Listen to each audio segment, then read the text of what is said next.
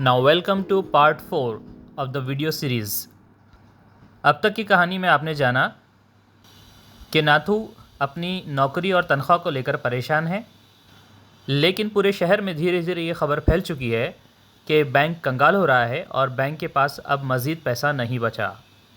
और ये भी कि सेठ गोविंद राम देश छोड़कर या रियासत छोड़कर भाग चुके हैं, तो कुछ के मुताबिक वो ख़ुदकशी कर चुके हैं। स्टोरी में आगे क्या होता है, चलिए जानने के लिए आगे का सबक पढ़ते हैं। By noon, the small bank had gone through all its ready cash and the harassed manager was in a dilemma. दोपहर होते होते तक बैंक ने हर तरह का उतार चढ़ाव देख लिया।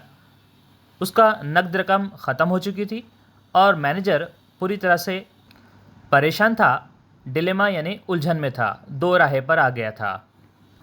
Emergency funds could only be obtained from another bank some 30 miles distant, and he wasn't sure he could persuade the crowd to wait until then. Bank के पास जो मौजूदा कैश रकम थी वो तो बांटी जा चुकी थी, लेकिन मज़ीद लोग क्योंकि डिमांड कर रहे थे, इसलिए बैंक को इमरजेंसी फ़ंड यानी हंगामी हालात में लगने वाला पैसा जो दूसरे बैंक से उधार लिया जाता है, ये मंगाना पड़ता। लेकिन दूसरे बैंक भी 30 माइल्स यानी 30 मील की दूरी पर थे और मैनेजर जानता था कि वो क्राउड यानी भीड़ को परसुएड नहीं कर पाएगा, यानी मना समझा नहीं पाएगा। And there was no way of contacting Seth Govind Ram on his houseboat in Kashmir. इसके अलावा सेठ गोविंद राम से, जो कि अपने हाउस बोट पर कश्मीर में छुट्टियां मना रहे थे, उनसे कांटेक्ट करने का, राब्ता करने का कोई तरीका भी नहीं था। Next paragraph.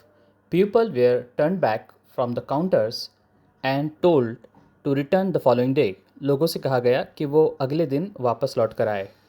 They did not like the sound of that. लोगों को ये बात पसंद नहीं आई। And so they gathered outside. वो जमा हो गए बाहर, बैंक के बाहर। On the steps of the bank, shouting, "Give us our money or we will break in." लोग बैंक के जीने के पास जमा हो गए और चिल्लाने लगे कि हमें हमारा पैसा वापस दो वरना हम अंदर घुस आएंगे। And fetch the set, we know he is hiding in a safe deposit locker. लोग चिल्लाने लगे कि सेठ को बुला कर लाओ, हमें पता है कि वो बैंक के किसी डिपॉजिट लॉकर में छुप कर बैठे हुए हैं। Mischief makers who didn't have a paisa in the bank join the crowd and aggravated their mood. Mischief maker के माने होते हैं शरारत करने वाले लोग, ऐसे लोग जो शरारत करते हैं और इनका पैसा भी उस बैंक में नहीं था, लेकिन वो लोगों को और गुस्सा दिलाने लगे। The manager stood at the door and tried to placate them. Manager दरवाजे के पास खड़ा था और वो लोगों को शांत करने की कोशिश कर रहा था। He declared that the bank had plenty of money but no immediate means of collecting it. Manager ने ऐलान किया कि बैंक के पास काफ़ी पैसा है, लेकिन अभी इसे जमा करने की कोई सूरत नहीं है। He urged them to go home and come back the next day. उसने गुजारिश की कि लोग अपने घर चले जाएं और अगले दिन दोबारा आकर पैसा ले जाएं। Next paragraph. We want it now, chanted some of the crowd. Now now now. लोग चिल्लाने लगे, हमें हमारा पैसा अभी चाहिए, अभी अभी इसी वक्त। And a brick hurled through the air and crashed through the plate glass window of the People Nagar Bank. तभी एक ईंट खिड़की का शीशा तोड़कर अंदर आई। Nathu arrived next morning to sweep the steps of the bank. Nathu अगले सुबह साफ सफाई के लिए जब आया, he saw the refuse. उसने वहाँ कचरा फैला हुआ देखा। यहाँ पर refuse के माने कचरा। And the broken glass and the stones cluttering the steps. वहाँ टूटे हुए कांच के टुकड़े और पत्थर सीढ़ियों पर बिखरे हुए थे। Raising his hand in a gesture of horror and disgust, he cried, "Hooligans, sons of donkeys." ये सूरत देखकर वो बहुत नाराज़ हुआ, गुस्से में आया और नाराज़गी से कहने लगा, हुलिगन्स यानी गुंडे, सन्स ऑफ डोंकीज यानी गधे के बच्चे। As though it isn't bad enough to be paid late, it seems my work has also to be increased.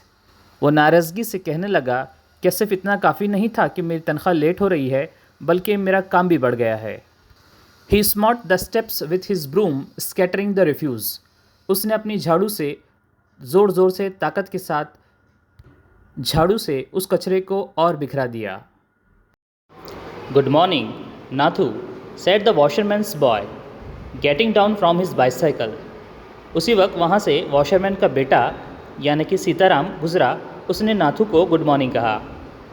Are you ready to take up a new job from the 1st of next month? क्या तुम अगले महीने की 1 तारीख से नई नौकरी पर ज्वाइन होना चाहते हो? Dear students, now please turn to page number 53. Line number 1. You will have to suppose now that the bank is going out of business.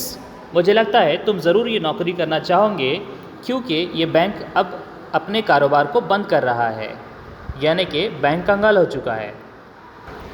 Next paragraph. How is that? Set Nathu. Nathu ने कहा, ऐसे कैसे हो सकता है? Haven't you heard? क्या तुमने नहीं सुना? Well, you'd better wait here until half the population of People Nagar arrives to claim their money.